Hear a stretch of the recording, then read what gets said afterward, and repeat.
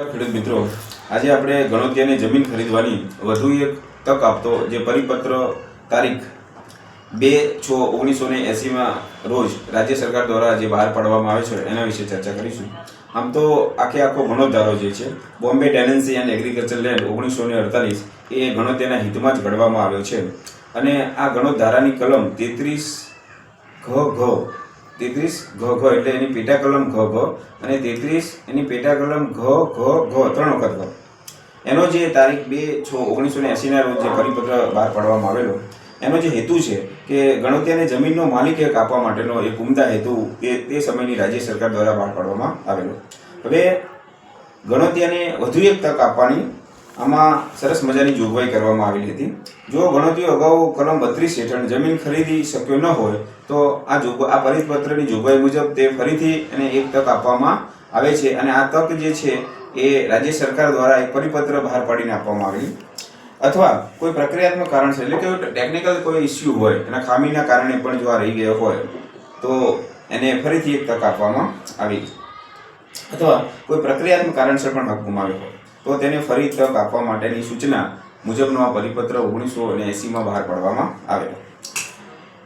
હવે આ પરિપત્રના અનુસંધાનમાં કોને સત્તા આપવામાં આવી છે તો મામલતદાર, જે તે તાલુકાના મામલતદાર અને પંચ એટલે કે કૃષિ પંચને એ મુજબની જે સત્તા જે છે એ આપવામાં આવેલી છે કે ગણોતિયાને ફરીથી એક વખત એમને નોટિસ ઇસ્યુ કરીને અથવા કોઈ એમને ત્યાં કોઈ કર્મચારી સક્ષમ અધિકારી તે ખેતર ઉપર જઈ અને તેમને જણાવે કે ભાઈ તમે આ પ્રોસેસ કરો તો તમે ફરીને આ જમીન જે છે જે તક તમે ચૂકી ગયા છો એ તક ફરી તમને આપવામાં આવે છે. અને તમે તમારા જે કાગળ જે છે એટલે કે દસ્તાવેજી પુરાવા સાથે તમે મામલતદાર અથવા કૃષિ પંચ સમક્ષ ઉપસ્થિત થાવ અને એ રજૂ કરો તો તમને ફરીને ખરીદવાની જે તક જે છે આપવામાં આવે છે.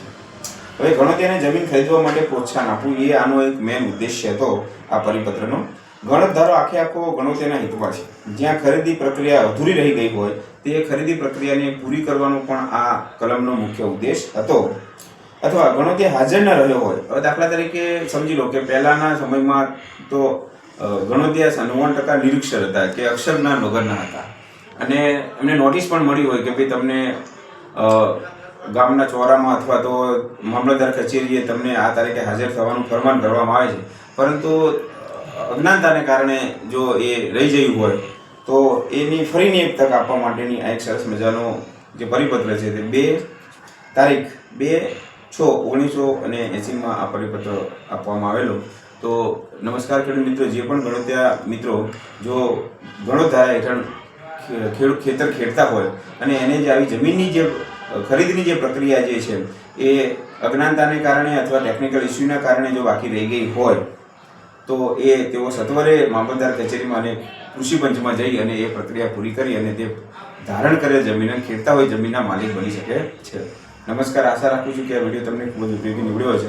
નરેશ મકવાણા 1983 યુટ્યુબ ચેનલને સબસ્ક્રાઇબ કરો, વિડીયોને શેર કરો જેથી ઘણા ખેડૂત મિત્રોને આની માહિતી મળી શકે. જય જવાન, જય કિસાન.